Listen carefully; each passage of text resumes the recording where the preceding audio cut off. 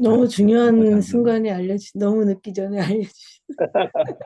앞부분은 저기에도 감 잡을 수 있을 거예요. 예. 근데 구약 성경에서 영생을 어떤 의미로 사용했는가? 의외로 구약 성경에도 영생이라는 단어가 몇 번 안 나옵니다. 아, 그 이제 옛날 70인역이나 그 전에 조금씩 다른데 보통 4번 정도밖에 안 나와요. 4번 정도밖에 안 나오는 게 첫째는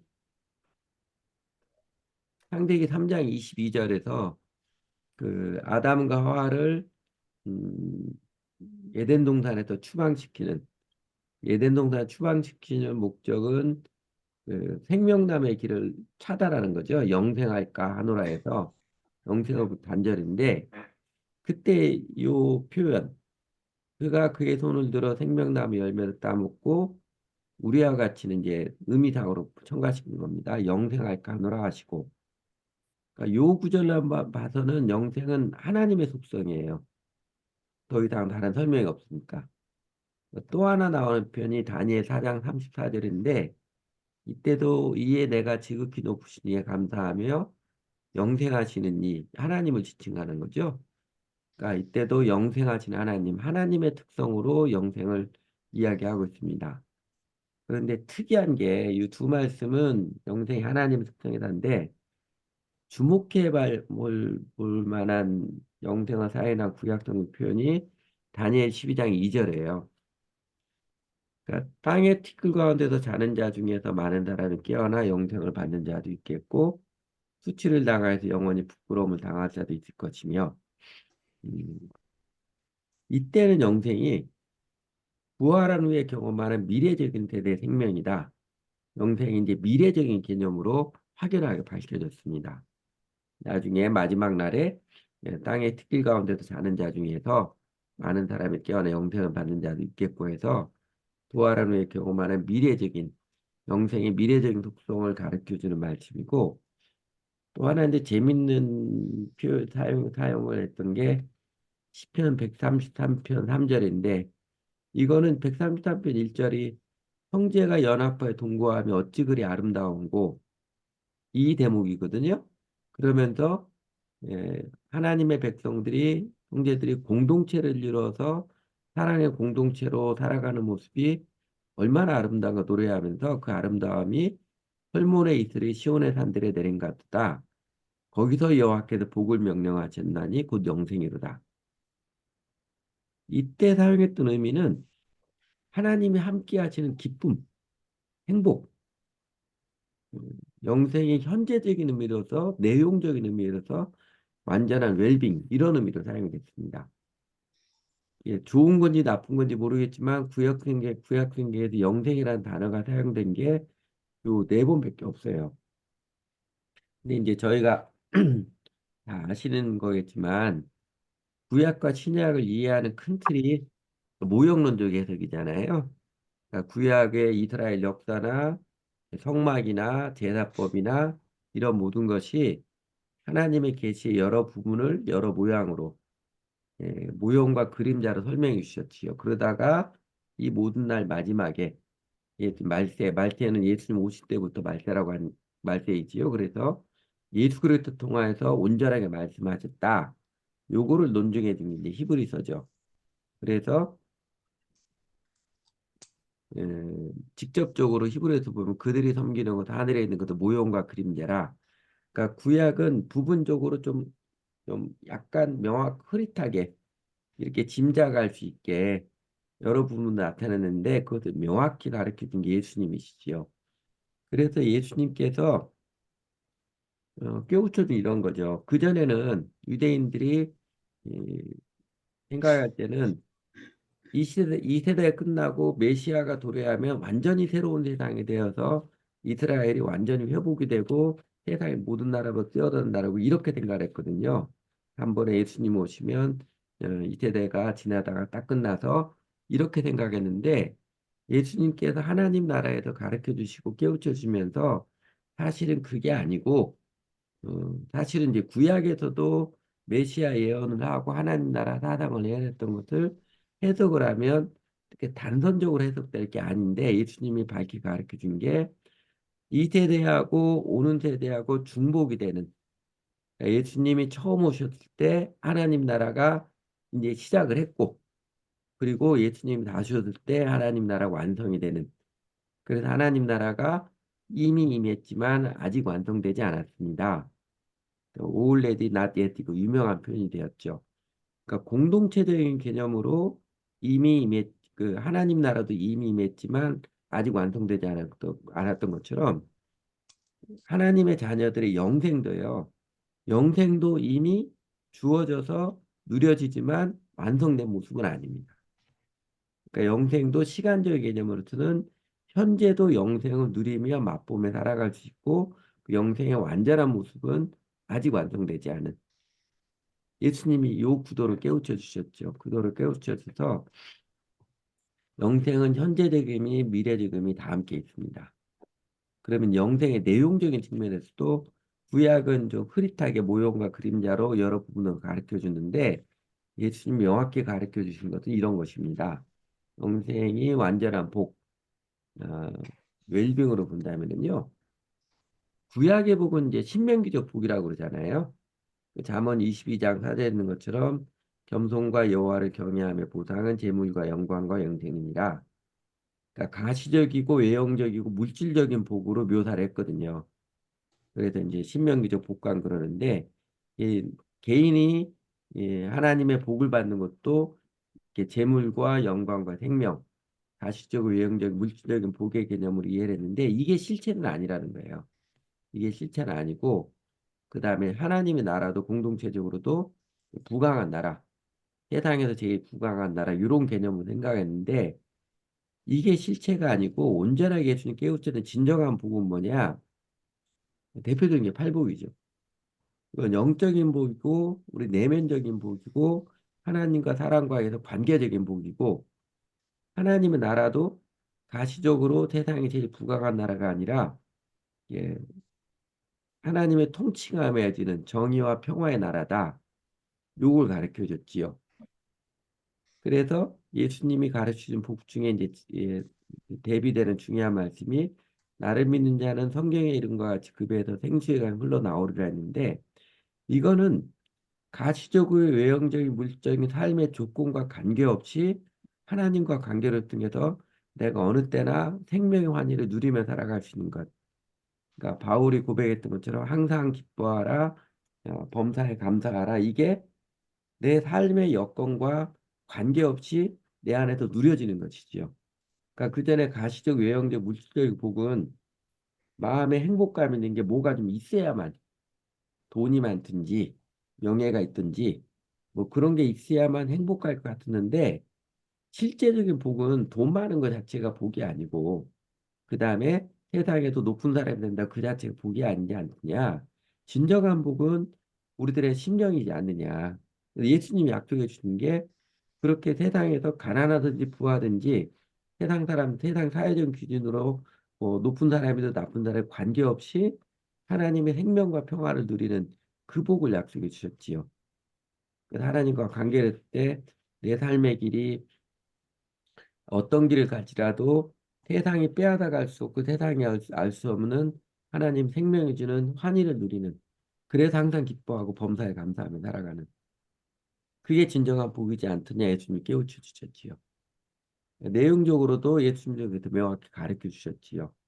영생이 결국 이제 아까 보았던 어, 뭐야 요한복음 17장 3절에 있는 것처럼 영생은 곧 유일하신 참 하나님과 그가 보내신 예수를 아는 것이니이다. 하나님과 온전한 사귐을 통해서 하나님의 생명을 누리는 것이지요. 근데 그 하나님의 생명은 우리 살아가는 삶의 환경과 조건을 초월한 것이어서 내 삶의 환경이 예, 어려울 때든 그다음에 조금 여건이 좀 유복할 때든 관계없이 내 마음속 깊이에서 체험하고 누려지는 평안과 담대함이고 기쁨과 감사지요. 그래서 우리 찬송가 보면 그 영생을 체험한 사람들의 예, 그 노래 가사들 많잖아요. 내 마음속에 있는 참된 이 평화는 누구도 빼앗아갈 수 없네. 세상이 알 수도 없고 세상에 줄 수도 없는 하나님 주셨던.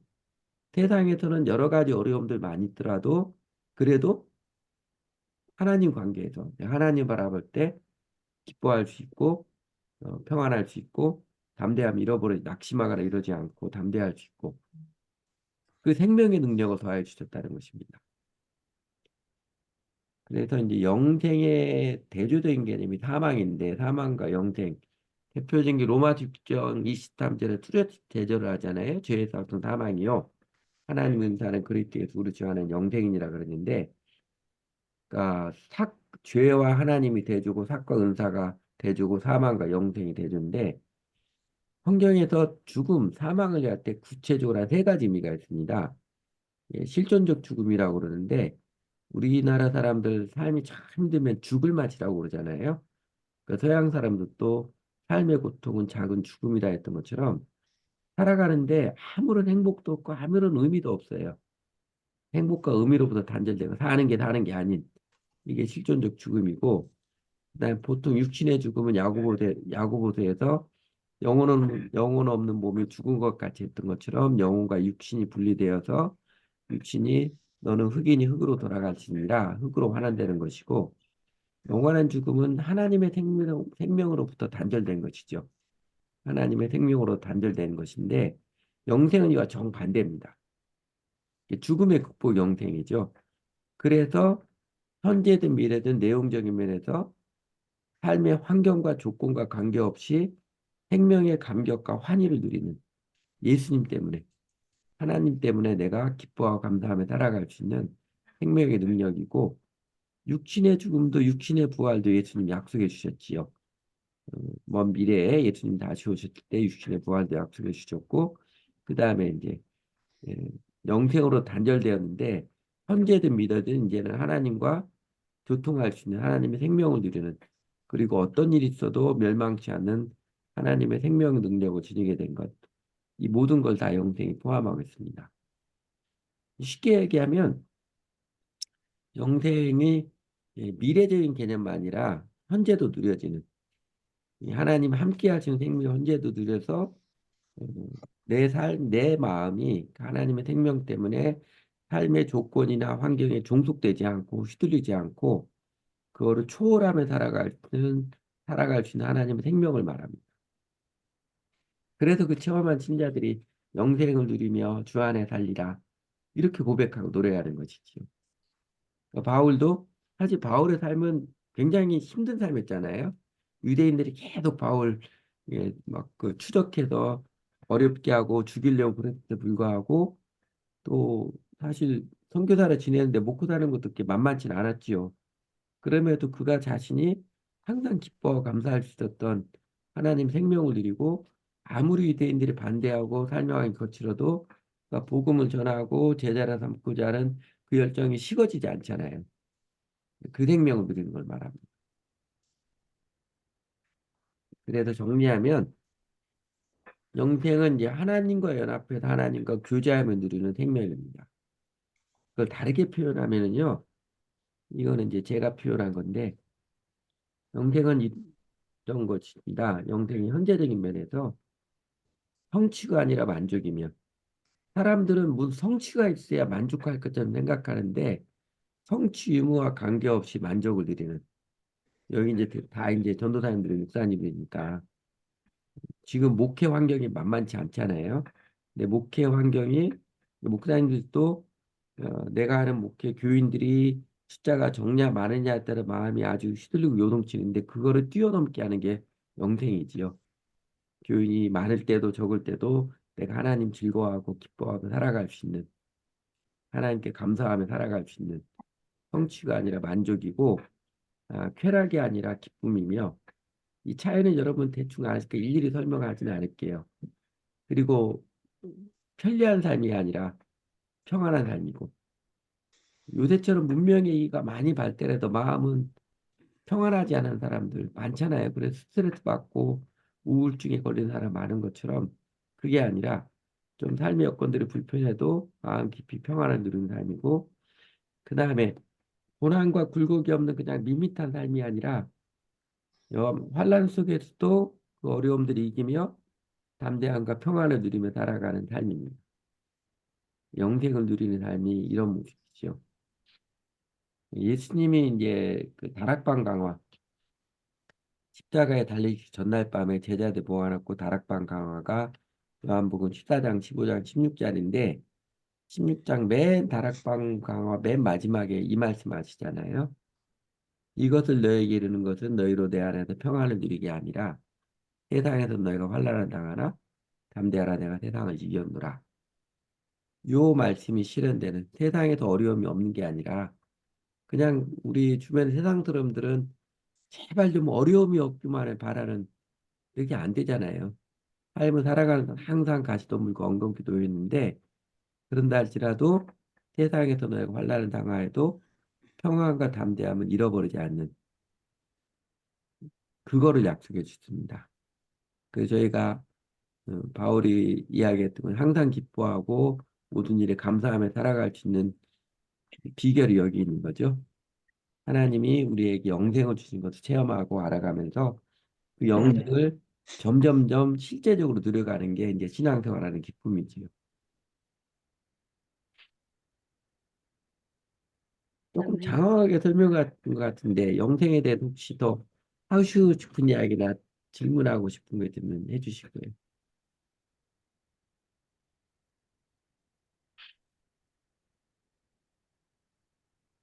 너무 잘 들었습니다. 감사합니다. 제가 이제 사람들 전도할 때나 사람 만날 때 물어봐요. 교회 예수 믿는 사람들한테 영생을 누리고 사세요? 그렇게 물어봐요. 네. 또는 이제 예수님이 좋아요? 그렇게 물어보거든요. 그런 그래서 반응이 성취가 참 아니라 다양합니다. 만족이라고 했는데 이게 자족하기가 굉장히 힘든 거죠. 네. 음, 근데 예수님이 다른 조건 걸지 않았고 나를 믿는 자는 그 배에서 생수의 강이 흘러나오려 했으니까 예수님을 바르게 정직하게 믿어가면 네. 그 영생을 정말 누려가는 게 너무너무 즐겁고 기쁜 삶의 환경들은 여전히 어렵고 그러더라도 환경은 더욱더 어렵고 못한데 왜 이렇게 기쁨을 솟아나는지 이거 이해할 수 맞아요. 없는. 그 이해할 수 네. 없는 거죠. 하박국이 노래했던 그런 모습이죠. 그렇지. 그래서 거기까지 하고 이제 오늘 부자청 예수님 찾아온 부자청년 이야기 보면요. 그 부자청년 어, 이 사람이 어떤 사람을 소개해 줬어요. 오늘 보면 이제 부자고 그다음에 예수님께 대하는 모습 보면 상당히 예의가 바른 사람이지요. 음. 그냥 예의가 바른 사람이고 누가복음 18장에서는 다른 소개를 하지. 이 사람이 부자이면서 오늘 본문에 되는데 관원이죠. 이때 관원은 주민됐다 공무원이 아니고 그때 당시 유대 사회를 통치하는 사내들은 공의회 회원을 말합니다. 사내들은 공의회 회원이 70명이었는데 율법학자가 3분의 1, 제사장이 3분의 1, 사두개인이 3분의 1. 그리고 대제사장 1명. 그래서 23명씩 해서 69명이다. 대제사장 1명에서 70명입니다. 대제사장이 사내들인 공의회 의장이죠. 여기 찾아온 사람은 사내들은 공의회 의원인데 요새 같으면 국회의원과 장관을 같이 하는 사람입니다. 국회의원과 장관을 같이 하는 고위층이죠. 그리고 마태복음 19장 22절에서는 이 사람을 또 청년이라고 소개했죠. 아직 청년인데 부자이고 그 다음에 이스라엘의 정치적인 지도자인. 오늘날 사회에서 이 사람과 비슷한 사람 찾아보면 어떤 사람이겠어요?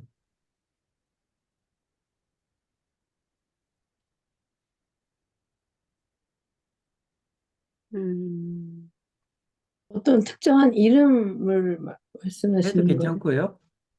그냥 이 사람 약간 같으면 한동훈 같은 사람이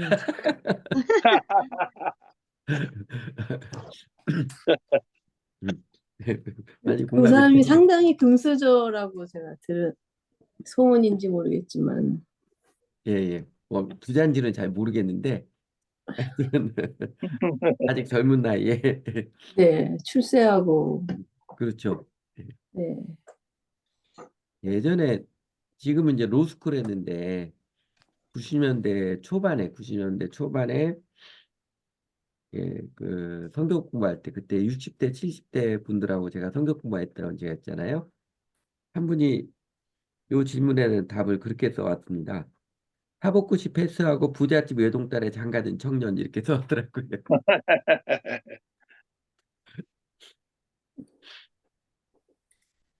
근데 이 사람이 어, 말하자면 부자하고 청년의 관원이면 세상에 추구하는 부와 권세와 젊음을 다 갖춘 사람인데 그럼에도 불구하고 이 청년이 예수님께 달려왔던 이유는 뭐예요? 영생이라는 고민이 해결되지 않아서. 예, 영생이라는 고민이 해결되지 않아서 영생을 얻고 싶어서 왔다고 그러잖아요. 그러니까 아직 영생을 경험하지 못했는데 그러니까 소위 돈과 명예와 젊음을 다 가진 그에게도 해결되지 않은 영역이 있습니다. 그의 마음에 허전함이 있습니다. 여러분 이거 보셨지요? 영어로 된 자료가 조금 여기 한데 이게 심리학자 아브라함 모슬로우라는 사람이 인간의 욕구 5단계 이야기했잖아요. 그래서 예. 맨 첫 번째는 이제 신체적인 육신적인 욕구고 두 번째가 안정감의 욕구고 세 번째가 소속감, 사랑받는 소속감의 욕구고 네 번째가 이제 자기 존중감의 욕구고 마지막으로 이제 자아 실현 욕구 이러는데 그러니까 신체적인 육신적인 욕구가 채워지지 않으면 그것만 있으면 다 행복할 것 같아요. 그러니까 숨 쉬는 거, 먹는 거, 물, 그다음에 뭐 이제 그 건강 뭐 이런 것들이죠. 근데 이게 어느 정도 충족이 되면 그다음에 안정감의 욕구가 이제 마음을 지배를 합니다. 그래서 좋은 집에 살고 싶은 거, 가족, 재산도 좀 있어야 되고. 근데 그것도 어느 정도 되면 거기서 만족되는 게 아니라 이제 소속감이었고 사람들하고 진짜 우정 있는 관계를 맺는 것, 그 다음에 이제 정말 가족애를 느끼는 가족이 되는 것 이런 것도 갈망하게 되고 그러다가 맨 나중에 하는 게 이제 자아실현 욕구 그러는데 우리나라 속담에 한강물은 맺고도 인간의 욕망은 메꿀 수 없다고 그러잖아요. 메꿀 수 없다고 그러는데 영생에 대한 그 갈망 우리 그 전도서에 보면 그런 말씀 있잖아요. 하나님의 모든 것을 지으실 때 때를 따라 아름답게 하셨고 또 사람들은 영혼을 사모하는 마음을 주셨느냐라고 그러는데 저 영혼을 사모하는 마음이 뭐인 것 같아요? 영생. 영생. 영생을 바라는 마음인데 그 존 스타트 목사님은 그 영혼을 사모하는 마음을 세 가지 이야기했습니다. 인간의 초월에 대한 욕구, 하나님을 경험하고 싶은 욕구고, 그다음에 사랑, 소속감을 내가 사랑받고 사랑하는 그 기쁨, 사랑에 대한 갈망이고, 또 하나가 이제 의미에 대한 갈망. 인생의 가치가 뭐냐? 나는 무엇을 위해 살아가는가? 이 세 가지로 이제 존 스타트 목사님이 이야기했는데, 현대 신학자 중에 요새 각광받는 사람 중에 하나가 톰 라이트라는 사람이 있잖아요. 톰 라이트는 거기다 두 가지를 더했습니다. 하나는 아름다움에 대한 욕구예요. 심미적인 욕구라고 그러죠. 음. 아름다움을 보고 싶고 내 마음과 삶이 아름답게 되고자 하는 그 욕구고 또 하나가 정의에 대한 갈망. 인간의 마음에 이런 것까지 포함시켰는데 어쨌든 이 부자 청년의 모습 봐서는 아까 우리가 영생했던 것처럼 하나님 생명을 누리는 것뿐만 아니라 영혼을 사모하는 마음, 그 자신이 영생을 얻고 싶다는 게 뭔지 명확하게 딱 우리가 단정할 수는 없지만 그 인간에게 영생 왜 중요한가 두 가지 생각을 했습니다. 하나는 이 부자 청년의 모습을 가르치는 것처럼 영생은 돈으로도 젊음으로도 그다음에 명예나 권력으로도 얻어지는 게 아닙니다. 그러니까 인간의 영혼을 사모하는 마음이 충족이 되어지는 것은 돈을 많이 번다고 최고의 권력을 갖는다고 그다음에 젊음, 제일 건강하고 젊은 때라도 그렇게 해서 얻어지는 게 아니라는 거죠. 또 쉽게 생각하면 또 이렇게 생각할 수 있습니다. 영혼의 문제, 죽음의 문제를 해결하지 않으면 인간에게 진정한 평안과 만족이 없습니다. 이 사람이 자신이 갖고 있는 젊음, 돈, 권력, 명예 때문에 나는 만족했다면 예수님 찾아올 리가 없지요.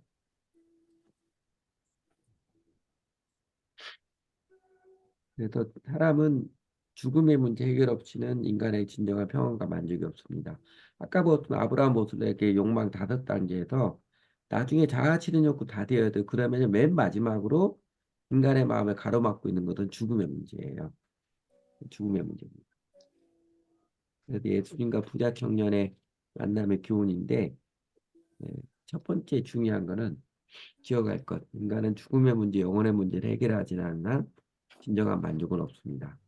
요거를 가르쳐주는 예가 많이 있죠. 그중에 대표적인 게 이 사람이잖아요. 중국 최초의 황제 진시황이잖아요. 이 사람은 뭐 젊은 때는 아니지만 옛날 왕으로서 돈과 권력 모든 걸 소유한 사람이잖아요. 그런데도 자신이 이만하면 됐다 이게 안 되는. 그래서 찾으러 다닌 게 불사조 불로초죠. 물론 이제 실제로는 진시황이 그 사기당한 거라고 그러더라고요. 불사조 불로초 찾으러 다닌 것은 진시황이 사기당한 거래요. 만족 못하는 것이지요. 근데 그 다음에 이제 예수님이 그러니까 뭐라고 답변해 주세요? 18절 19절에서 4번입니다. 선한 선생님이요. 내가 가지고 있는 걸 다 팔아서 음, 뭐 무엇을 하여야 영생을 얻으리까 했을 때 예수님 뭐라고 했어요? 18절 19절 누가 한번 직접 읽어 주실래요? 예수께서 이르시되 내가 어찌하여 나를 선하다 일컫느냐 하나님 한 분 외에는 선한 이가 없느니라. 내가 계명을 안 하니 살인하지 말라 간음하지 말라 도둑질하지 말라 거짓 증언하지 말라 속여 빼앗지 말라 내 부모를 공경하라 하였느니라. 아멘. 예. 그 4번의 1번 질문처럼 갑자기 예수님이 네가 왜 나를 선하다고 그러느냐? 하나님 한 분에 선한 사람이 없느냐 할 때 부자촌이 그 말 들을 때 느낌이 어땠을 것 같아요?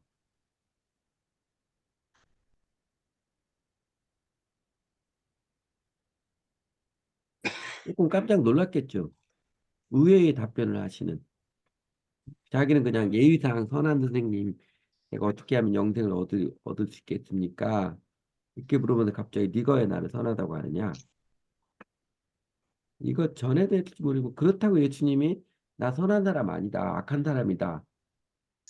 이걸 말하는 건 아닐 거잖아요. 그, 아, 아까 이것도 했고요. 전에도 이거 했던 것 같은데, 예, 세미나 하셨던 분들 백석 전도사님 했을 텐데, C.S. 루이스라는 사람 있잖아요. 영국의 작가였다가 그 중년에 회심하고 예수님 믿었지요. 또 나니아 연대기나 그다음에 스크류테이프 편지 이제 유명한 책이 이제 미어 크리스천어티 순전한 기독교였는데 그 미어 크리스 영문 보면 이제 이런 논증합니다. 예수님이 자신이 여러 차례 나는 하나님이다. 하나님과 하나다. 이런 주장을 많이 하셨잖아요. 근데 이게 만약에 거짓말이라면 어떡할까요? 진짜라면 문제가 안 되는데 거짓말이라면. 예를 들면 이런 거죠. 쉬운 예로. 제가 어느 날 갑자기 여러분들이 저를 잘 몰랐겠지만 제가 재림 예수거든요. 이렇게 나면 여러분 저 어떻게 생각하실래요?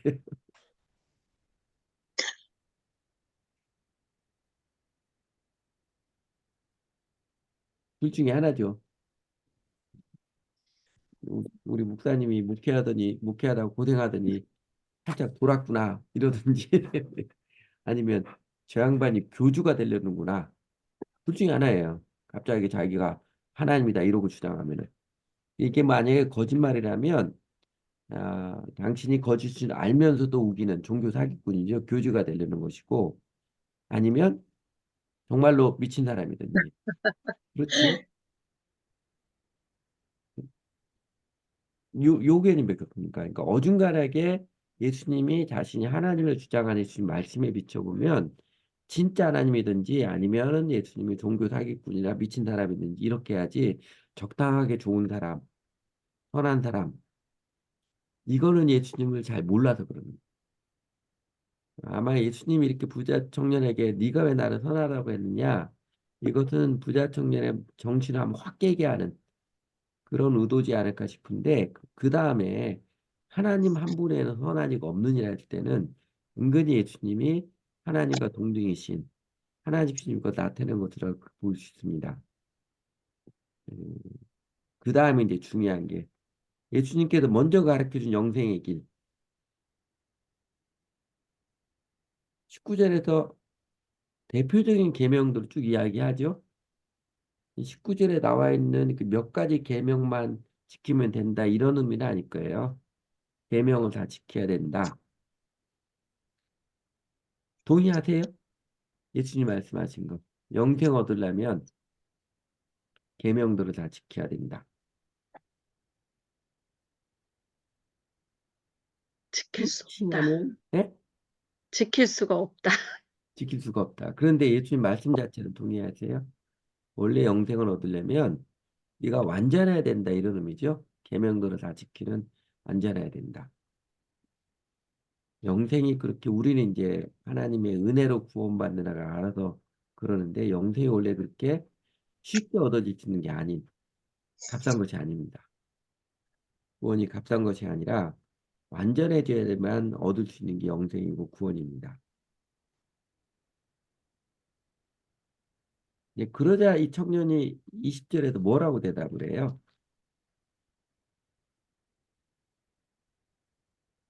내가 다 지켰다고. 예, 다 지켰는데 이제 성경은 이제 텍스트로 기록이 돼가지고 그렇게 고백하는 뉘앙스나 감정 이런 거는 우리가 좀 추정을 해야 되잖아요. 이 부자 청년이 어, 20절에서 선생님이여 이것은 내가 어려서부터 다 지켰나이다. 이렇게 말하는 뉘앙스가 좀 어떨 것 같아요? 음, 자기가 아는 거는 다 지켰다. 예. 뭐 그런데 잘했다. 예. 자신만만. 자신만은 예수 선생님 내가 그런 거 다 지켰거든요. 음, 그렇게 자신만만하면 예수님 찾아왔을까요? 그가 조금 자신이 알고 있는 거는 다 지켰다. 예. 그런데도 부족함이 있었다. 뭐가 부족하다고 느껴질까요?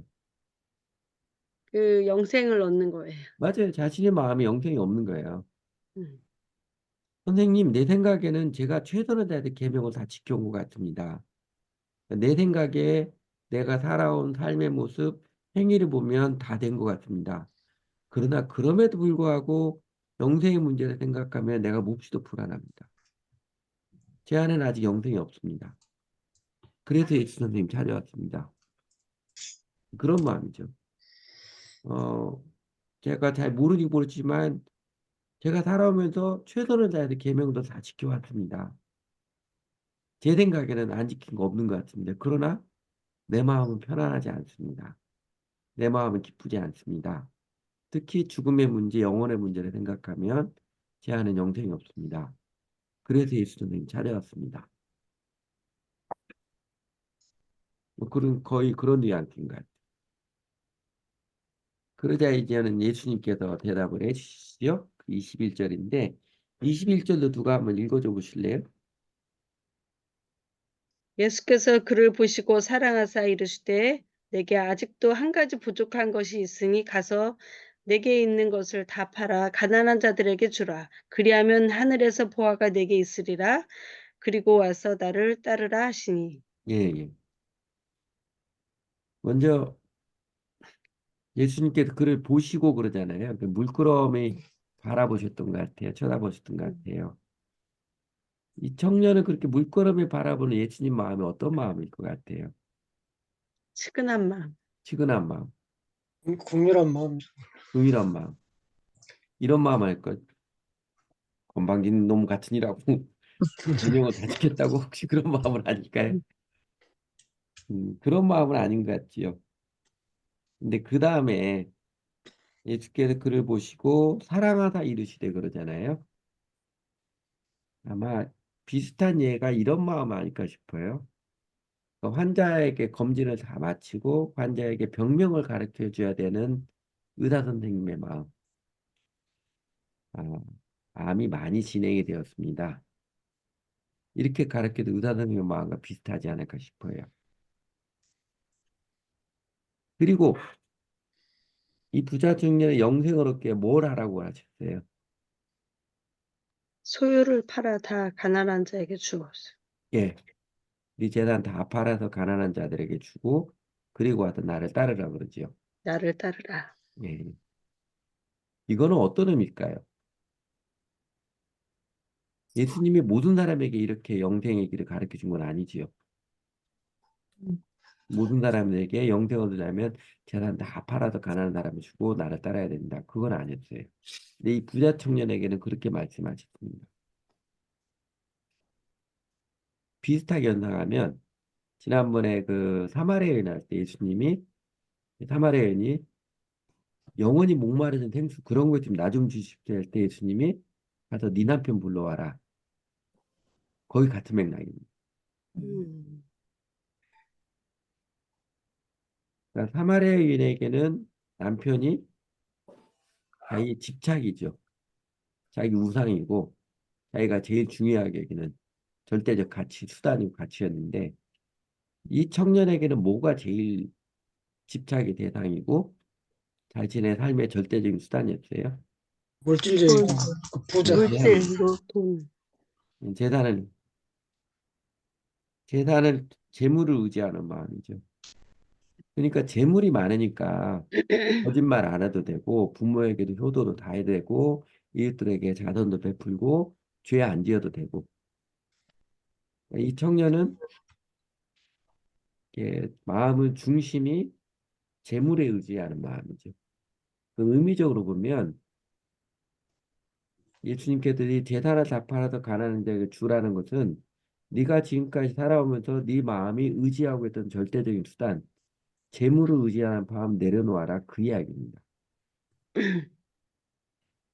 그러니까 이 청년은 예수님과 만남을 통해서 예수님 뭘 가르치냐면 자신의 중심의 마음은 돈을 의지하는 마음이라는 것을 예수님이 깨우쳐 주는 거죠. 그러니까 네 스스로는 완벽해 보이는 삶, 그러나 내적으로는 심히 불안한 삶, 그 삶을 지탱하고 있는 근거, 네 마음 의지하고 있는 삶의 절대 수단, 돈을 의지하는 마음 내려놓아라.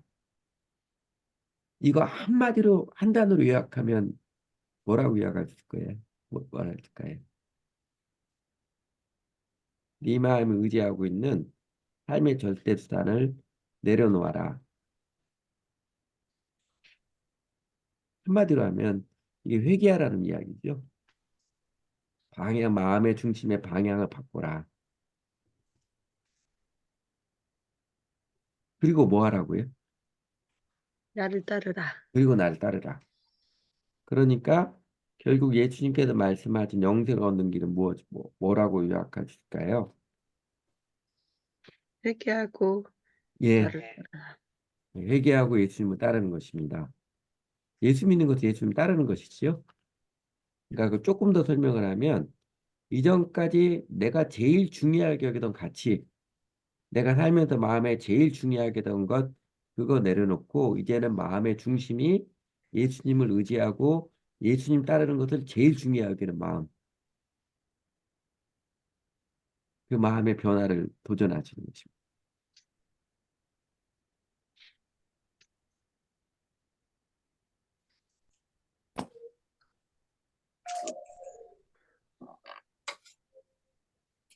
그런데 이 청년은 예수님의 그 도전을 받고 어떻게 했어요?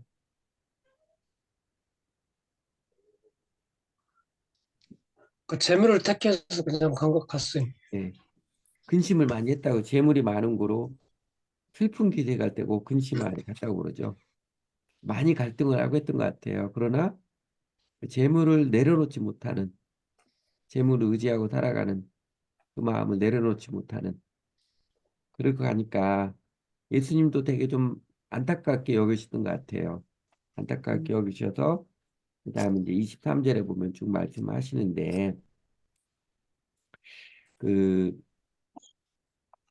23절 재물 있는 자는 하나님 나라에 들어가기가 심히 어렵도다.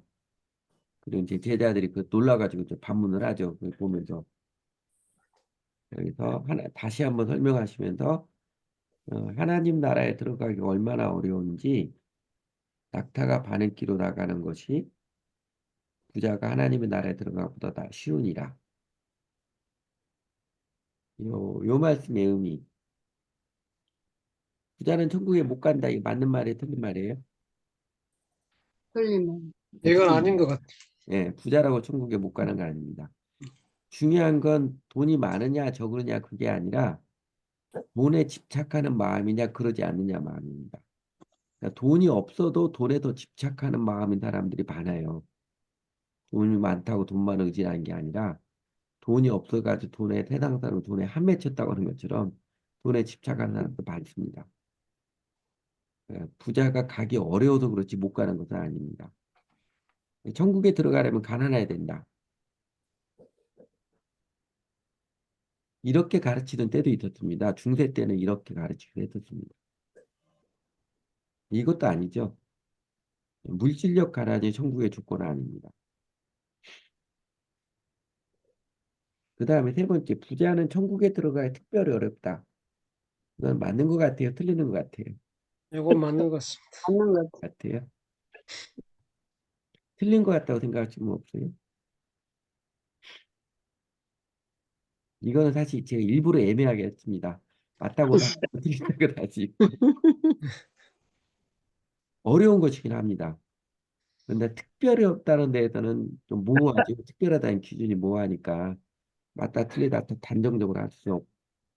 완전히. 제 뭐예요, 그럼?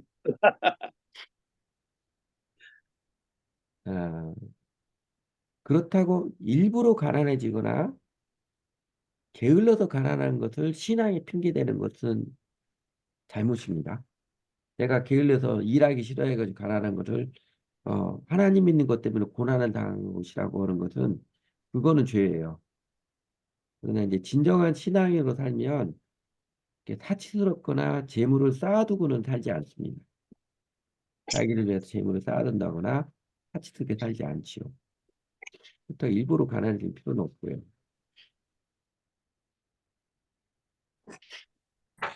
그러면 예수님께서 약간 이제 비유, 은유를 해가지고 어, 부자가 천국에 들어가는 것은 낙타가 바늘기로 들어가는 것보다 어렵다 그랬는데 어쨌든 부자는 하나님 나라 들어가기 참 어렵다 그랬는데 왜 그럴까요? 소유에 집착하기 때문에. 맞아요. 돈에 대해서 신학자들은 두 가지 견해가 있습니다. 하나는 돈 자체는 가치 중립적이다. 아니다. 그건 이제 큰 차이는 없는데 돈 자체가 만몬의 친이라고 했던 것처럼 마성이 있어가지고 돈 자체에 마성이 있다. 이렇게 말할 수 있는데 공통적인 것은 돈이 많아지면 사람의 마음을 끌어당기는 마성이 있다는 것은 다 인정을 합니다. 돈 자체는 가치 중립적이다. 이렇게 말하는 사람도 돈이 많아지면 사람의 마음을 끌어당기는 사로잡는 마성이 있다. 이거는 인정돼요. 여러분 그거는 큰 중요한 건 아닌데 이야기 들어보실 때 이게 낙타가 바늘기로 나가는 것 할 때 낙타가 이제 그 헬라어로 영어 카멜라오 카멜로스거든요. 카멜로스인데 밧줄이라는 뜻이 헬라어로 카밀로스입니다. 그래서 현대 신학자들 중에 몇몇 사람들이 이거는 이 카밀로스가 잘못 번역된 것이다. 낙타가 바늘기로 간다는 너무 황당한 이야기고 밧줄이 바늘기로 통과한다는 그런 의미 아니겠느냐. 좀 합리적으로 설명을 하는데 그런 이야기 들어보셨어요? 근데 그게 뭐가 맞다라고 단정할 수는 없어요. 근데 밧줄도 반응기 통과하는 건 어렵고, 그죠? 낙타도 반응기 통과하는 건 어렵고, 어렵기는 마찬가지인데. 그러나 이제 워낙 보편화돼서, 그리고 은유적인 표현이 낙타가 반응기로 통과한다는 것 상당히 이렇게 뭐랄까 적절하다는 건 아니고 흥미로운 표현이 돼서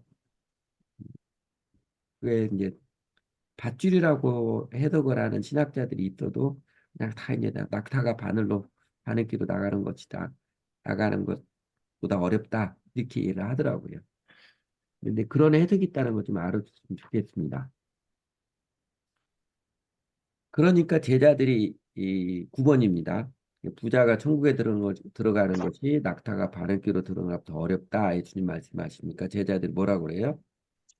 그럼 도대체 누가 구원을 받을 수 있겠습니까?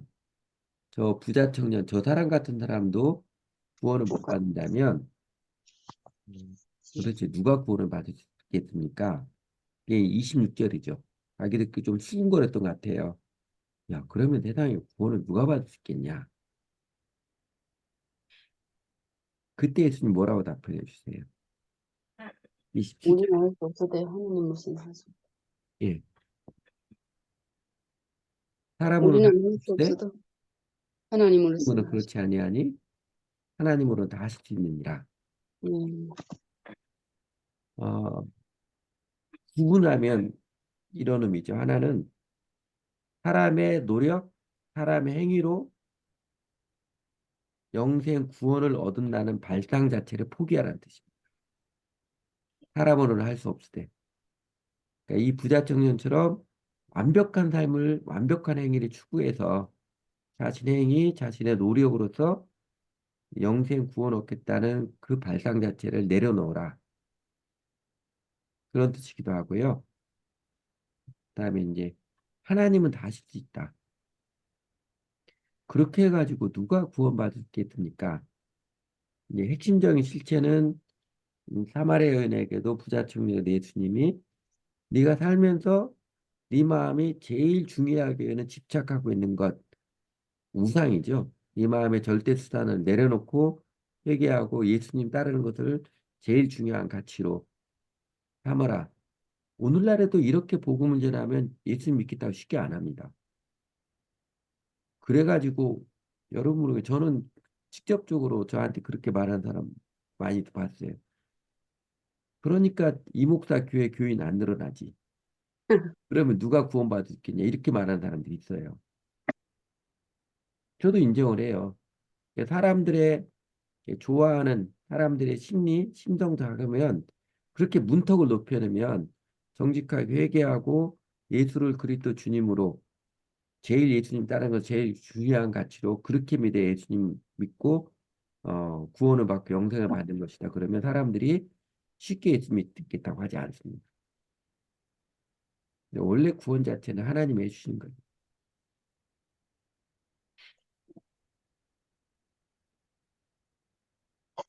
그래서 그 두 가지 의미가 중요합니다. 사람의 행위 노력으로, 그러니까 선행이든 종교적인 수양이든 뭐든 내가 행위 노력으로 완벽하게 해가지고 그래서 영생을 얻고 구원받는 그런 생각 자체를 포기하라. 트랙이 다르다는 거예요. 이게 아니라 하나님이 하시니까 하나님을 바라봐라. 이 이야기죠.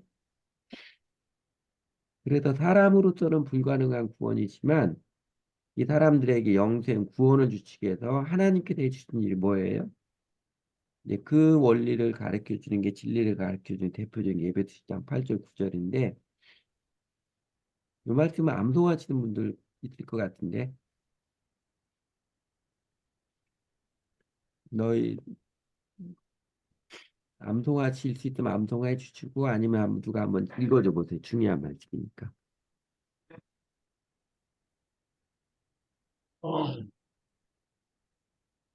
너희는 그 은혜에 의하여 믿음으로 말미암아 구원을 받았으니 이것은 너희에게서 난 것이 아니요 하나님의 선물이라. 행위에게서 난 것이 아니니 이는 누구든지 자랑하지 못하게 함이라. 아멘. 예, 내가 그 도덕적인 선행이나 종교적인 수행을 통해서 남들이 못하는 종교적 수행을 해가지고 그래도 구원 얻었다면 자랑할 만할 거예요. 내가 너희들 편하게 잠자고 놀고 먹고 할 때 얼마나 수행을 많이 했는지를 아느냐? 그 자랑할 만할 거예요. 근데 예수님이 하나 에베소서에서 가르쳐 주는 게 그 길 아니란 거예요. 그 트랙을 따라서는 절대로 구원받지 못하고 너희가 그 은혜를 인하여 믿음으로 말미암아 구원 얻었나니 다르다는 거죠. 하나님의 은혜로 구원을 받고 그 은혜에 대한 응답 믿음으로 말미암아 구원을 받는다고 했는데 그러면 우리를 구원해 주시기 위해서 베풀어 주신 하나님의 은혜가 뭐예요?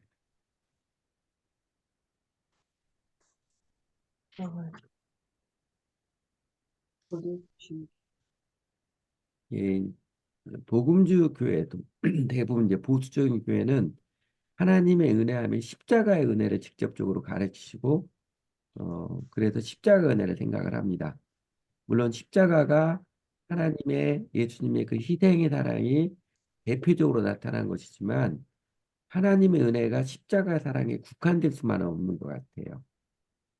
오히려 하나님의 은혜는 십자가와 부활을 통해서 나타나셔서 예수님이 우리의 주인 되어 주시는 사실은 그게 은혜입니다.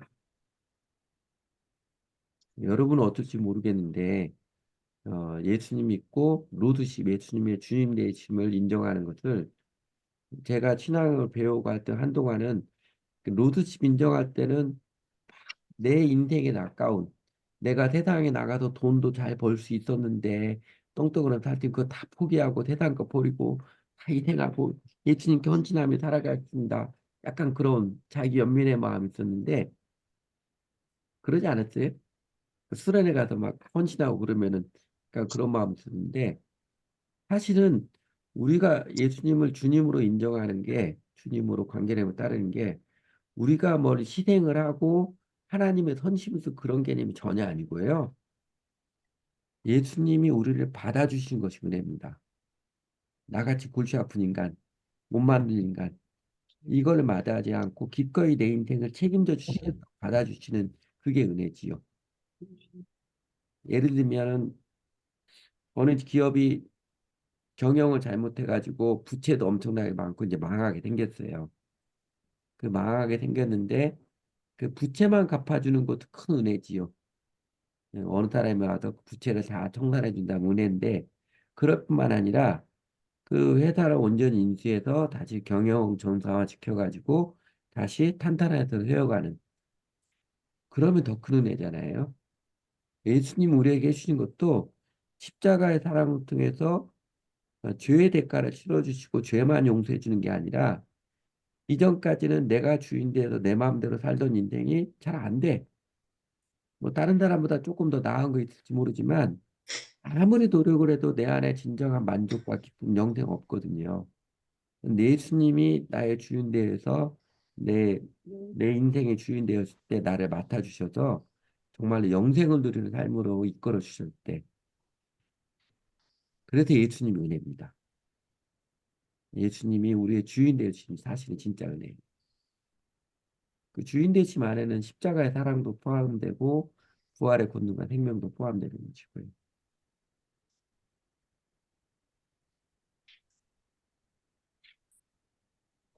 그래도 이제 정리를 좀 하면 제일 중요한 건 이제 마지막 12번 정리를 하는 집. 이 부자 청년이 예수님께 나와서 예수님을 만나서 대화하는 것 통해서 사람이 영생을 얻는 길은 뭐예요?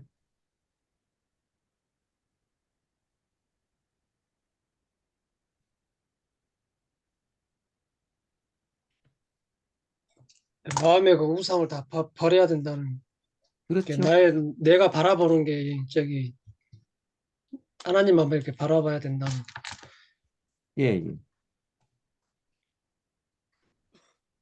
부자 청년이 바라본 예, 그 재물을 내서 그런 시각에서 주님과 동행하는 시각으로 바꾸는 예. 시각이 바뀌는 것. 시각이 바뀌는 것 약간 더 그 이상일 것 같아요.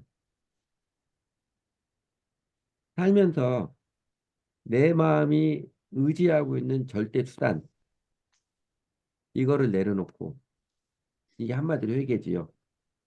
회개. 이것도 있습니다. 또 내려놓고 하나님께서 은혜로 베풀어 주시는 길, 예수님을 주님으로 의지하고 따르기를 제일 중요한 가치로 여기는 마음. 이게 믿음이지요. 다르게 표현하면 내 행위나 노력으로서 달성하고자 하는 자기 의에 집착을 내려놓고 하나님의 은혜로 베풀어 주신 길, 예수님을 주 예수님 믿고 예수님 따르는 것을 제일 중요한 가치로 여기는 그 마음이 되는 것. 회개와 믿음입니다. 회개와 믿음.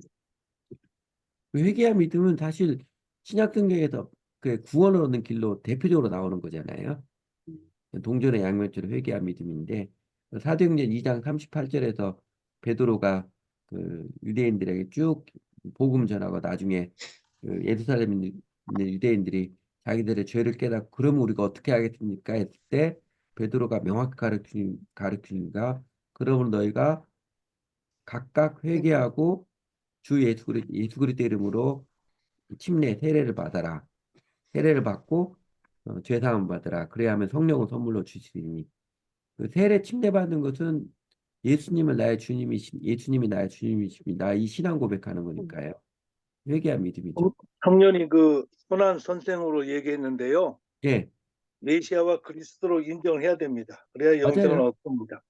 그래요. 그 메시아 그리스도로 인정한다는 게 이 부자 청년 지난주에 사마리아 여인은 봤던 것처럼 그냥 입술로 그냥 말로만 메시아 뭐 그리스도와 그게 아니고 그렇죠. 알게 되는 거죠. 어쩌면 이제 예수님 선물로. 알아가면서 한편 우리 자신들의 발견이잖아요. 나는 뭘 내가 제일 중요하게 여겼는가? 내 삶의 절대 투자는 무엇인가를 발견하게 됩니다.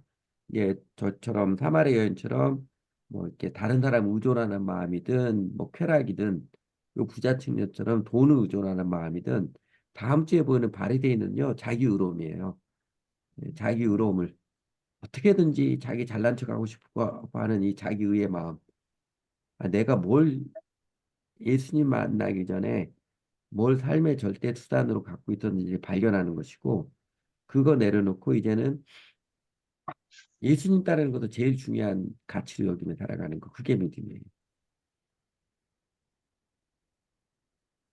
그게 이제 내 마음대로 되는 게 아니고 예, 어떤 하나님의 선물로 이루어지는 거죠. 하나님의 선물로 하나님 은혜인데요.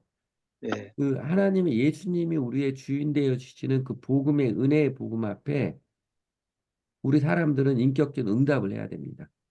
그렇죠. 예. 예, 예.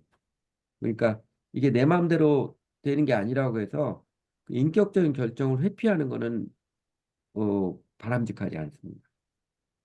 내가 그냥 계속 이전에 살던 대로 살 것이냐, 아니면 이제 예수님을 나의 주님으로 모시고 살아갈 것이냐, 그, 그 결정, 인격적으로 결정은 이제는 내가 예수님을 나의 주님으로 모시고 예수님 따르며 살겠습니다. 이 결정이 위대한 결정이죠. 우리가 이제 전도자로 든 사람들에게 그 인격적인 결정을 할 수 있도록 도와주는 거예요. 예수 믿는 거 다 실체는 이것입니다. 그래서 내가 과연 그럴 만한 이유가 있는지 교회에 다니면서 다음에 예수님을 배우고 예수 믿는 사람 삶의 모습들을 보고 사귐을 통해서 이 사람들이 교회 생활하면서 각 개인이 그렇게 진정하는 회개의 결정이 있도록 제가 이제는 예수 믿겠습니다. 이 결정이 있도록 그거 도와주는 거예요. 근데 그렇게 해서 예수님을 있잖아요. 그럼 확실히 사람이 달라집니다. 음. 일단은 교회 나오시오 뭐 이런 이야기 안 해도요. 좋아도 교회 나와요. 기도하라. 성경 성경 읽고 기도하라. 이게 딱 따라하지 않아도 기도하게 되고 성경 읽게 되고 그러면 어떻게 성경 읽어야 되고 어떻게 기도해 오히려 물어봐요. 근데 제가 이렇게 복음가인데 이거를 여러분들에게도 초청하고 하고자 했던 게 그 안타까움이에요. 사람들이 예수 믿는 거 너무 쉽게 하게 그러니까 영접기도 한번 따라하면 구원받았다고 이러니까 자기는 구원받았다는데 예수님 믿고 그런 마음이 뭔지도 모르고 그러니까 이제 목회자들은 그런 사람 인간적으로 계속 붙들어도 교회 붙잡아 줘야 되는 수고로운 사역을 해야 되는 그게 안타까운 거예요. 이제 더 두려운 것은 그런 거죠. 내가 쉽게 그냥 영접기도 하고 그냥 많은 사람들이 세례든 침례를 받는데 어떻게 세례받고 침례받는가 그냥 교회도 받으라 하니까 받았어 이렇게 대답을 해요. 그게 어떤 의미인지는 아세요? 그러면 몰라요. 그 모습이 안타까운 거예요. 그래서 그 사람이 이제 교회 잘 나오니까 당신 구원받으셨는데 정말로 정말로 나중에 심판대에 가서 죽어서 이 사람이 이 예수 믿는 믿음이 명확하지 못해서 천국에 없다면 그 책임 누가 질 거예요? 저희 교회에서 지난번에도 이야기했는지 모르겠는데 저희 교회에서 그런 논쟁들이 많았습니다. 그래서 제가 교회 형제들한테 그랬죠. 내가 만약에 너 예수님 똑바로 믿으라고 그뭐 열심히 교회를 해서 극단적으로 열심히 내는 게 아니라 예수님 바르게 믿으라고 해서 그 형제가 나중에 천국 가서 만났는데 목사님 보라고 내가 이렇게 천국에 가 있지 않냐 왜 그때 나보고 예수님 똑바로 잘 믿으라고 그랬냐 그러면 내가 얼마든지 사과하겠다고 그럼 얼마든지 그런 사람을 1,000명만 오면 사과를 해야죠. 근데 이 사람이 그냥 일요일마다 교회 잘 나온다고 그래서 그냥 또 뭐 영접기도 했고 세례 침례도 받았고 그 당신 구원받았습니다. 쉽게 구원의 확신을 가르쳐줬는데 사실은 예수님이 주님이 아니어서 이 사람 천국에서 못 만난다면 그 책임 누가 질 거예요? 그러니까 천국에서 이렇게 항의하는 왜 그렇게 목사님 그렇게 집요하게 내가 정말로 예수님 믿을 똑바로 잘 믿으라고 했냐고 항의하는 사람을 10,000명을 만나더라도 믿음을 정직하게 가르쳐 주지 않아서 교회를 다니는데 이 사람이 천국에 있지 않고 지옥 가는 한 사람이라도 있다면 그거 막아야죠. 그러지 말아야죠. 그리고 예수가 그리스도 주님이시다는 이 사복음서의 주제예요. 예수 믿는 것은 예수가 그리스도 나의 주 나의 하나님입니다. 주는 그리스도시요 살아계시는 하나님의 아들이십니다. 요 신앙 고백처럼 우리도 오늘날에도 예수를 믿는 사람이면 예수님 나의 그리스도 주님이십니다. 요 신앙 고백을 기쁘게 할 수 있는 사람으로 도와주는 게 우리가 할 일입니다.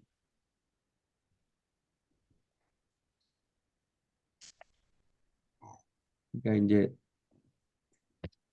저도 처음에 전도하고 배울 때는 어떻게든 빨리 구원받게 하려고 어떻게든 영접기도 시키려고 막 이랬는데 그게 아니고요. 이 사람들이 예수님 아들로 인간적으로 계속 붙들어주긴 해야죠. 근데 이 사람들이 우리가 관계하는 사람들이 인격적인 결정을 하도록 자기 마음 기쁨에서 이제는 저 내 마음대로 살지 않겠습니다. 예수님 나의 주인으로 모시고 예수님 따르는 삶을 하겠습니다. 요 고백을 기쁘게 할 수 있도록 도와줘야 됩니다.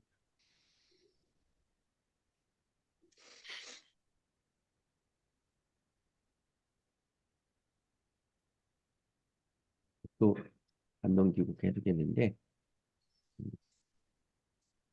음, 중요한 원리가 이거죠. 그 13번째 정리하면은요. 영생에 대한 중요한 원리. 첫째는 죽음의 문제, 영혼의 문제를 해결하지 않는 한 인간에게 진정한 만족은 없습니다. 이 부자 청년의 모습을 가르쳐 주는 것이고 진시황이 가르쳐 주는 것이고 이런 예는 굉장히 많지요. 사람들이.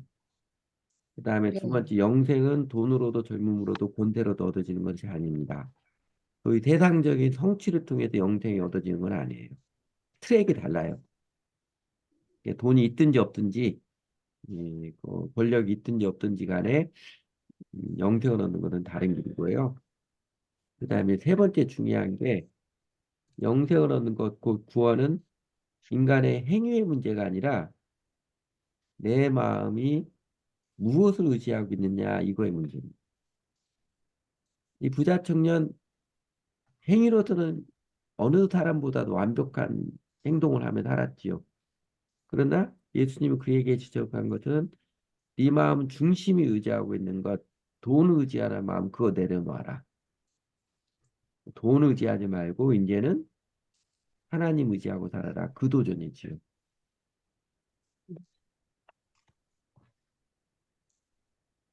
그리고 네 번째가 마음 중심이 예수 그리스도를 따르는 데 있는 사람. 예수 그리스도를 자신의 주님으로 믿는 사람이 영생을 얻고 구원을 얻습니다.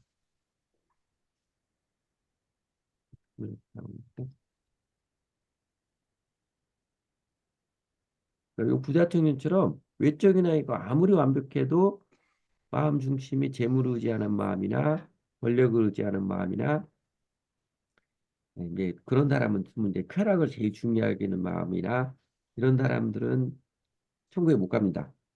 영생이 없습니다. 마음 중심이 하나님 의지하고 하나님 따르는 데 있는 사람이 영생을 얻습니다.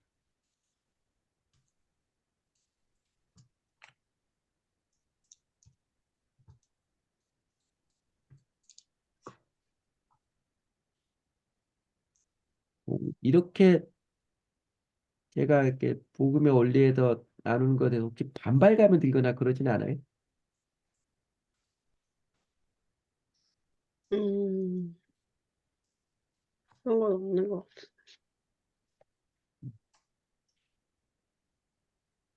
그, 그 제자들처럼 저렇게 복음 전하면 예수 믿는 사람이 있을까 그런 생각 들진 않아요? 여기서 제자들이 한 얘기는 예, 저렇게 계명도 잘 지키고 예, 예. 그게 와서 예수님한테 그런 영생을 어떻게 얻어야 되냐고 하는 모범된 그런 삶을 살고 있는 사람이 영생도 받지 못했고 예수님께서 측은히 여겨 하시니까 제자들이 보기에는 저런 사람이 천국을 안 가면 누가 천국에 가느냐. 그렇죠. 예. 예, 굉장히 그러신 것 같습니다. 제자들도 아직 그 예수님 배우고 있지만 은혜의 구원에 대해서 잘 몰랐지요. 음, 여전히 그 사람의 행실이 좋아야 하나님 나라 갈 수 있겠다. 이런 개념들 아직도 갖고 있지 않았나 추측할 수 있습니다. 근데 이제 작년 올해 저희 교회에 이런 사람이 있습니다. 이제 이렇게 쭉 성경 공부하다가 이제 떠나간 사람이 그러더라고요. 가면서 저 그렇게까지 예수 믿고 싶지는 않아요. 그러더라고요. 음, 음, 그 20년 전에 저에게 청년 때 저에게 나왔던 사람이에요. 그래서 20년 동안 이렇게 저러다 전 잊어버리고 20년 만에 저희 교회를 다시 찾아와서 그래서 성경부 다시 쭉 복음을 가르치고 이렇게 했는데 나중에 교회 떠나면서 저 그렇게까지 예수 믿고 싶지 않아요. 그러더라고요. 뭐 어쩔 수 없어요. 어른 예, 예수를 선한 선택으로 알고 계시는 분이네. 아니 또 최근에도 모태신은 어릴 때부터 교회 생활 계속 해오신 분이거든요. 근데 어쩌다가 우리 교회 올 생각 전혀 없고 친구 만나러 왔다가 우리 교회 예배를 한번 드렸다가 또 집도 멀었어요. 저 안 다녔는데 뭐 멀어도 다시 올 수 있겠어요? 뭐 자동차가 있는 사람도 아니었어요. 그래서 그냥 제가 저희 교회 1년에 한 번씩 주보 모으면 책을 전에 그걸 한 권 줬어요. 근데 그 다음 주에 또 왔어요. 그러더니 이거 작년치 말고 그 전에 것도 있냐고. 그 전에 남았던 걸 몇 권을 줬습니다. 그러니까 전철 타고 안산에 집에 가면서 책을 보면서 여기 좀 다르네 이렇게 느꼈던 것 같아요. 교회를 꽤 여러 군데를 다녔거든요. 그래도 저희 교회로 나오기 시작했는데 이 양반도 주일날 예배는 안 빠져요. 절대로 빠지지 않습니다. 근데 문제는 그 이상을 안 해요. 뭐 그 이상을 해야 된다 그런 게 아닌가 그런 차원이 아닌데 예수를 믿는 신앙생활은 그냥 주일날 한 번씩 예배 드리면 다 되었다. 이거 절대로 아닙니다. 예수님 배우고 따르는 것입니다. 그래서 기도하는 것도 같이 배우고 그리고 하나님 나라가 이 땅에마다 기도도 하고 마음 삶을 함께 나누고 교제도 하고 그 이상은 안 해요. 그래서 제가 이제 심심치 않게 저희 교회 식구들에게는 똑같이 이야기해요. 예수 믿는 거 제발 그 종교인의 타성 벗어야 된다고. 아무 생각 없이 예배 한 번씩 드리고 나면 구원 받았더니 내가 최소한 할 거 했으면 됐네. 이거 아니라고. 세게 하냐 결국은 교회 떠나더라고. 대부분이 보통 주의를 지키는 것으로 아, 다 주일은 그렇게 진지하게 잘 나와요. 한국도 잘해요. 근데 이제 한두 번 받은 아니에요. 쭉 같이 생활하니까 마음이 예수님의 주인은 아닌데요. 음, 근데 이제 그 반대에도 있지요. 그러다가 예수님 정말로 주님으로 믿으면 확실히 달라져요. 그래서 지금 저희 교회도 지금 저희 교인들 지금 몇 명 없는데 예, 아직 예수님을 그렇게 예수님 온전히 주님으로 믿을지 안 믿을지 결정은 못하지만 예수님 배우고 있는 청년들이 몇 명 있어요. 자기도 또 쭉 이제 20대 지내보니까 이제 인격적으로 자기가 부모 따라서 교회 왔다가 예수님 믿어야 될지 말아야 될지 교회는 계속 잘 나와요. 그런데 자기가 정말 예수님께 인생 의탁하고 이제는 내 자신 위해 살지 않고 예수를 위해서 살아갈 것인지 고민하는 청년들이 있습니다. 저희가 뒤에서 기도해주고 여전히 사랑으로 가르쳐주고 하지요. 가끔씩 물어봐요. 너 이제 예수님 인생 온전히 의탁하고 예수님께 마음 확정할 때 되지 않았냐? 그러면 빙긋이 웃기만 하고요. 최근에 두 명이 그렇게 하겠다고 그러더라고요. 그러면 간증은 써봐라. 네가 어떤 마음에 내면에서 어떤 변화로 예수님을 주님으로 모시고 예수님의 살고자 하는 결정을 했는지 한번 간증을 써봐라. 그러니까 써보겠다고 그러더라고요. 그래서 자신이 기쁘게 이제는 예수 그리스도 나의 주님입니다. 저는 이제는 예수님의 살아가는 사람입니다. 이 고백을 하는 사람에게 이제 침례를 주죠.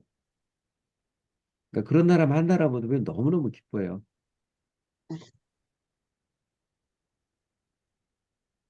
근데 이런 거 저런 거 떠나서 복음은 정직히 전해야지요. 아멘.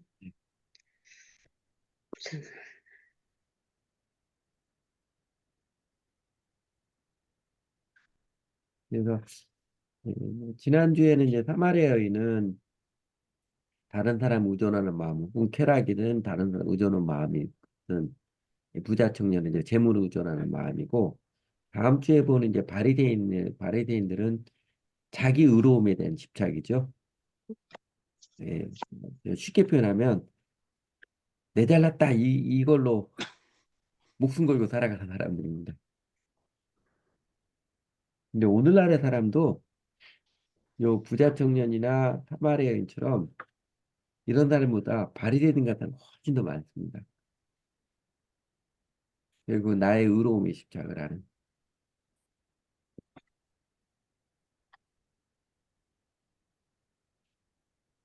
음, 근데 제가 이제 바라는 것은 여러분들에게 좀 고민도 되고 하겠지만 우리 대한민국 교회가 살아나려면 정직한 전도자들이 있어야 됩니다. 그리고 이제 19세기 말 20세기 초에 미국의 대각성 운동이 있었잖아요. 그 대각성 운동 때 했던 사람들이 우리나라도 선교사라고 그랬고 그보다 한 세기 전에 18세기에는 영국에서 또 이제 감리교 전신인 메소디스트 운동해가지고 있었잖아요. 근데 그때 영국이나 미국이나 다 사람들은 다 자신들이 구원받은 사람인 줄 알았지요. 태어날 때부터 교회 다녔고. 그런데 요한의 순례도 자기가 목사이고 선교사하고 신학 교수로 지냈는데 자신의 삶의 검을 자신이 회개한 경험이 없는 그거 알고 나서 진정한 회심을 하고 나서 목숨 걸고 사람들에게 어렸을 때부터 쭉 교회 다니면 당신이 인격적인 회심이 필요한 사람이 필요합니다. 이거 전하고 다녔지요. 메소디스트 운동이 그랬거든요. 그냥 어렸을 때 교회 다니니까 다 구원받은 줄 알고 그랬는데 그게 아니고 예수님을 주님으로 모신 인격적인 회심이 있어야 됩니다. 이거 증거하고 다녔지요. 아멘. 미국의 대각성 운동도 그 운동이거든요. 그때는 지금은 이제 미국 사람들 교회 안 다니는 사람 엄청나게 많지만 그때는 미국 사람들 100% 교회 다녔거든요. 그런데 개인적인 인격적인 회심이 없는 이제 그거를 깨닫고 또 조나단 에드워드 같은 사람, 하버드 총장이었던 그분들이 깨닫고 인격적인 회심이 있어야 됩니다. 그 메시지가 먹혀 들어가서 미국 교회가 새롭게 부흥이 일어났죠. 그래서 대각성 운동이 일어났는데 제가 보기에는 대한민국 교회에 그게 필요해요. 지난번에 이야기했듯이 그냥 통계로도 자기는 그냥 교회 다닌다는 게 그냥 형식적인 교인입니다. 이렇게 말하는 사람이 반절 이상이거든요. 60% 정도 된다고 그러더라고요. 현실적으로 예, 그 예배를 드리는 분들이 성인들, 예, 예. 성인들이 그 예배를 드리면서 집에 가서는 자녀들에게 그 말씀대로 살지 않는 일들이 너무 많잖아요. 그래서 함께 공부하는, 예, 예. 함께 잠깐이라도 10분이라도 20분이라도 함께 공부하는, 함께 성경을 보는 그런 거를 제안을 하시더라고요. 예, 예, 예. 그 좋은 방법이지요. 네. 어차피 예수님을 주님으로 믿어도 삶의 행동은 완벽하지 못하잖아요. 자녀들 앞에도 여전히 이 같이 살면 가족들 앞에서는 예, 실수하고 죄짓고 이런 걸 하는데 예수 믿는다는 특징은 그런 때 변명하고 이러지 않고 솔직히 인정을 하지요. 그렇죠. 그리고 이제 그러면서 나이가 들어도 예수님을 계속 배우고 따라가는 그 모습에 자녀들도 배우고 그러는 거죠.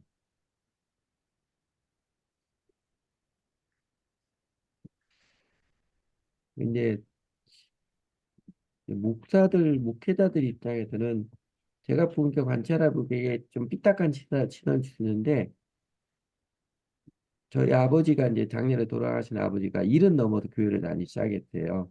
이 아들 때문에 결국은 이제 교회를 다니기 시작했는데 한 1년 교회를 다니시더니 우리 아버지가 이제 지방에 계시는데 전화로 저한테 그러더라고요. 덕재야, 우리 교회 목사는 관심이 두 가지밖에 없는 것 같더라. 아버지 보시기에는 목사님 관심 뭐인 것 같아요? 주일날 사람들 데려오라는 거하고 그 다음에 헌금 많이 하라는 거 두 가지밖에 관심이 없는 것 같더라. 그 말 듣는데 너무 마음이 아팠어.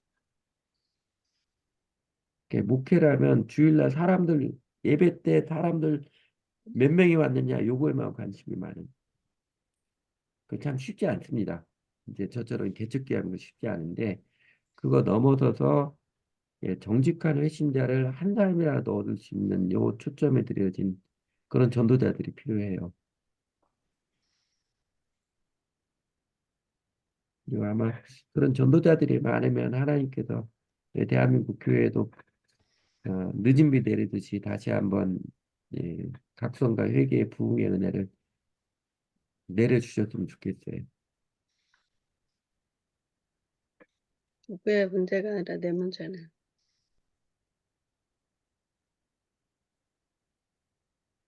그 외에 또 오늘 나눈 것 중에 하시고 싶은 이야기나 질문 아직 있으면 하시고요.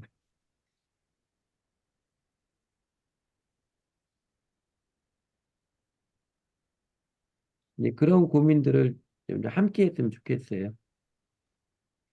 대한민국 교회에 대해서도 예, 복음에 대해서도 함께 고민하고 이야기하면서 제가 바라고 기도하기는 음, 말이에요. 정직한 전도자들이 세워지고 그리고 이제 우리 자신들이 그렇게 이제 예수님과 바른 관계를 통해서 정말로 점점 더 영생을 실제적으로 체험해가는 그 은혜를 누려야지요.